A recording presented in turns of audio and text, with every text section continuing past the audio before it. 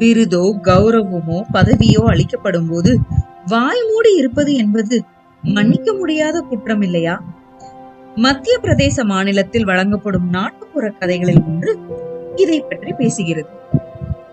உஜ்ஜயினியில் வருஷா வருஷம் இசை கச்சேரி நடக்குமா. இதுக்காக சிறந்த இசைக்கலைஞர்களை அழைத்து போய் பாட வச்சு கௌரவிச்சு அனுப்புவாங்க. இதுல யாராவது ஒருத்தருக்கு மட்டும் இசை சக்கரவர்த்தின்னு பட்டம் கொடுப்பாங்க.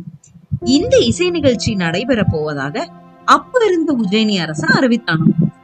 தான் நாட்டுல இருந்து எந்த இசைக்கலைஞர்களை பாட வைக்கிறது அப்படின்னு மன்னருக்கு ஒரே யோசனையா இருந்துச்சு. மந்திரிகள் சில பேருடைய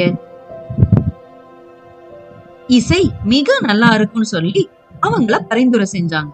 ஆனா மன்னருக்கு அவங்கள ஒருத்தரையுமே பிடிக்கல. பாடுறது முக்கியம் இல்ல, மன்னருக்கு பிடிக்கிறது தான் முக்கியம். ஒரு நாள் இரவு மன்னர் படுக்கையில இருந்தப்போ கொசு ஒண்ணு அவரோட காதை சுத்தி அழகா ரீங்காரமிட்டுட்டே இருந்துச்சாம். திடீர்னு மன்னருக்கு அந்த யோசனை உருவாச்சு. இவ்வளவு அழகா பாடுது இந்த கொசு, இத நாம ஏன் ஒரு பெரிய இசைக்கலைஞரா பாராட்ட கூடாது, கௌரவிக்க கூடாது அப்படின்னு யோசித்தாராம். மறு நிமிஷமே மந்திரிகள் அழைச்சு, இந்த ஆண்டு நம்மோட தேசத்தின் சார்புல கொசுக்கள் தான் பாட போகுது அப்படின்னு சொன்னாராம்.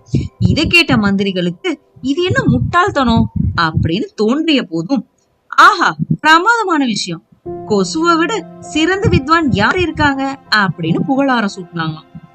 இதை கேட்ட மன்னருக்கு சந்தோஷம் மிகுதி ஆயிடுச்சு.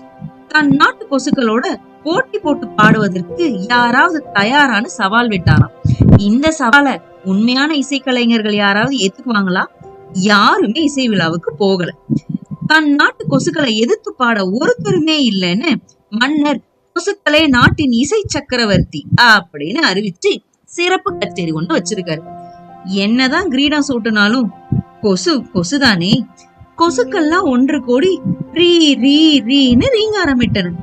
அத மன்னரும் மந்திரிகளும் சேர்ந்து ஆஹா என்ன ஒரு இசை அப்படின்னு ஆரவாரம் செஞ்சாங்க.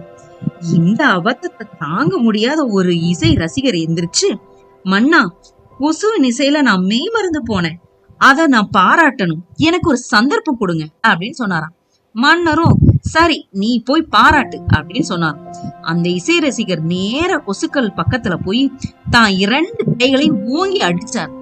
அவ்வளவுதான், கைகளுக்கு இடையே சிக்கிய கொசுக்கள் செத்து ஒளிஞ்சுச்சான். மத்த கொசுக்கள் இருந்த இடம் தெரியாம ஒளிஞ்சு போச்சான். இதை தொடர்ந்து இசை ரசிகர் அமைதியா சொன்னாராம், முட்டாள்தனத்தோட முகத்துல அரைகிறதுக்கும் ஒருத்தராவது வேணும் தானே அப்படின்னு கேட்டாராம்.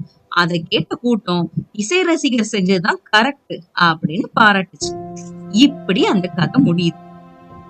மூடர் கூடத்துல யாராவது ஒருத்தராவது அது மூடத்தனம்னு சொல்றதுக்கு வேணும் இல்லையா?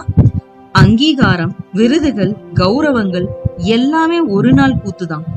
அதை அடைவதற்கு எதுக்கு இத்தனை கீழான வேலைகள், துதி பாடல்கள்? தன் திறனை நம்பும் ஒருவன் வேற எந்த இழி செயலையும் ஒருபோதும் ஈடுபட மாட்டான்.